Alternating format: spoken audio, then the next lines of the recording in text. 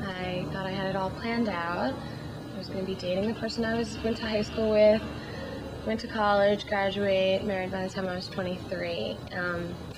Interesting enough, in 6th grade we did a career day, and I remember the teacher going around and asking everybody what they wanted to do with their lives, and everybody had a career in mind, and I raised my hand and I was like, I want to be a housewife. And she was like, no, there's so much more out there. And I was like, oh, I think that's great. My mother's a housewife, and I just loved it. I had dolls, did the whole 9 yards, whatever. Totally different now that I've grown up, so to speak. I never want to get married, and not for anything, not a bad reason at all, but I've been in some really great relationships, and I feel that if you're secure enough in a relationship, I don't need to prove to society that this person wants to be with me, and vice versa. I don't need a piece of paper to tell me that I'm happy, or to tell society that I'm happy. So I just had this conversation with somebody last night, as a matter of fact, that I'm dating, and if we're happy together, I think that's enough. If you say to me, you love me, and you want to spend the rest of your life with me, I believe you. If it comes 20 years later and we're not happy, so be it. That's my view on that. Most men would tell you they love you and want to spend the rest of their life with you if only they could get you into bed.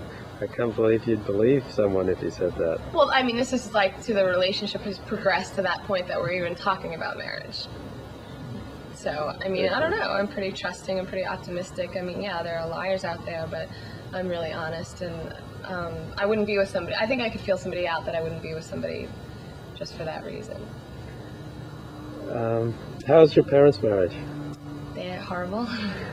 Did that influence your view of marriage? No, I really don't think so. Because I moved out of my house when I was really young, and this is through my experience with relationships. What are the qualities that you look for in a man for a long-term relationship? Well, I want him to be a mirror image of my best friends. There's a lot of qualities that I found in everybody, and I kind of want that in a package. I want somebody to be fun, have a young spirit, and outgoing, and not be afraid to try things. That's a big thing for me, because I pick up and move and go wherever I want, and I want somebody to have that same sense of adventure and just be true to themselves and true to me. And are there a lot of guys out there like that? It doesn't seem like too late for your list. Well, there's more to it, but I also, spirituality is very important to me, and what they really believe in and what they think about when they're alone is really important to me. And like I said, I put myself in environments where I meet people like that. Of course there's not too many, I don't think people at my age, or I don't know, in this town, but I don't think people know themselves, so how could they tell me who they are? But there's a few that are on their way, halfway there. Are there any similar problems that crop up in your relationships on your end, or maybe on the end of the men that you choose? Some problems? No, similar problems. Of course there are always problems. Yeah, I think too many men generalize about what women are, and that's frustrating. My biggest thing is I'm misunderstood, and that's very frustrating to me. Tell me more. What do you mean specifically? I don't like guys to be to generalize. If we make a plan and then call me back, and I don't know, I've had a guy, make plans with me and then call me back 2 hours later. Oh my God, don't get mad. I can't go. This came up, and I know how you are. And I'm like, you don't know who I am. I understand. If you have other things to do, that's fine. I don't know, that's a weak example, but I don't like people to generalize. I like people to look at me as an individual, and I don't really find that much. I would say being misunderstood is a common thing for me. Well, tell me more about how you're commonly misunderstood. Well, I write a lot, and if I mention that I write, guys jump to the fact that, oh, you're really spiritual, you're really deep. Well, how do you know that if you've never read anything that I've written? I don't know, people just jump to conclusions and have the whole preconceived notion of what somebody's about without taking the time to get to know them. And of course the physical thing, gets in the way, I think, a lot. Isn't that wonderful that when people hear that you write, they think you're spiritual and deep? Yeah, but I want you to have a basis for saying that. That you write, I mean, that's a big improvement. I mean, most people don't write. I guess. I should be more positive about that. But, I don't know. I don't know. I like people to like me, to have a basis for liking me. What's the physical thing that gets in the way? Like not seeing me beyond what they see. Mm-hmm. In a nutshell. You have this problem with men? Oh, of course. I think most women do. Mm-hmm. With women, too. I mean, as far as women prejudging you. You know. How do women prejudge you based on the way you look? Well, like if I walk into a club and I look really good, and my friends will be like, "Oh my God, that girl just gave you the dirtiest look." And I'm like, "Yeah, she doesn't even know me." I just think that's funny. She's giving you a dirty look because you may be competition. What? Well, that makes sense. Yeah, but I just think it's peculiar, and just the fact that people don't look at you as an individual. But I have that problem with guys too. I mean, that to the point where I've walked in a bar and met the bartender for the first time and started a conversation, and he looked at me and said, "Oh, I bet you're really good in bed." And I was like, what makes you say that? Is it true? Yeah, but what a wonderful compliment! People are saying all these. I like to think so, but I'm all like, hold on, there's a lot more going on here, you know. And I was like, well, what makes you say that? And he's like, I don't know, I could just tell. And I was like, you don't even know me. Yeah, but some people can read people. I guess.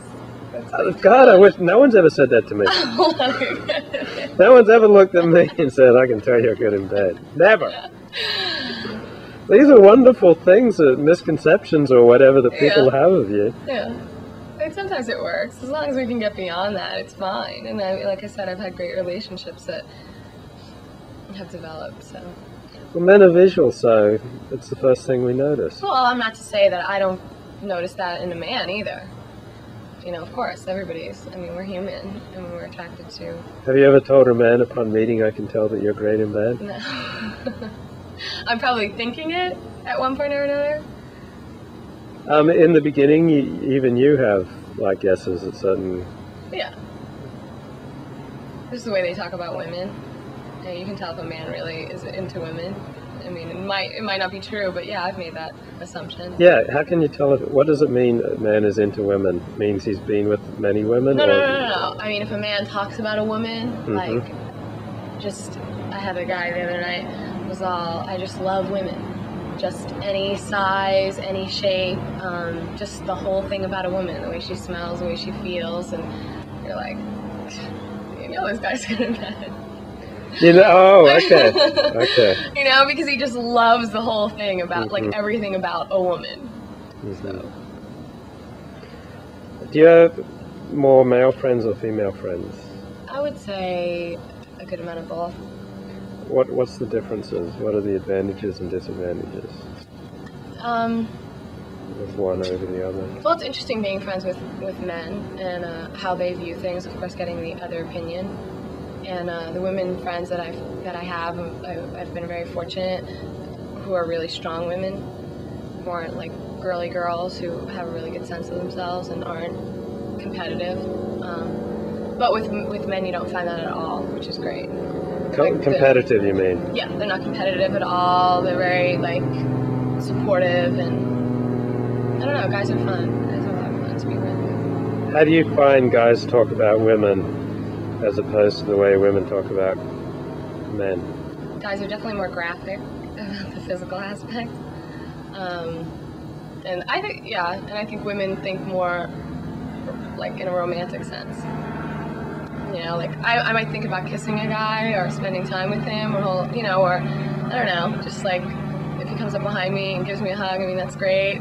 Where guys are just, like, really graphic, and I don't think women do that as much, at least when they're not in public. Like, we might sit home as women and get graphic, but guys have no problem with that. Okay, and what can a man do, Kylie, to create a great date? Do something different, movies, lax, interaction.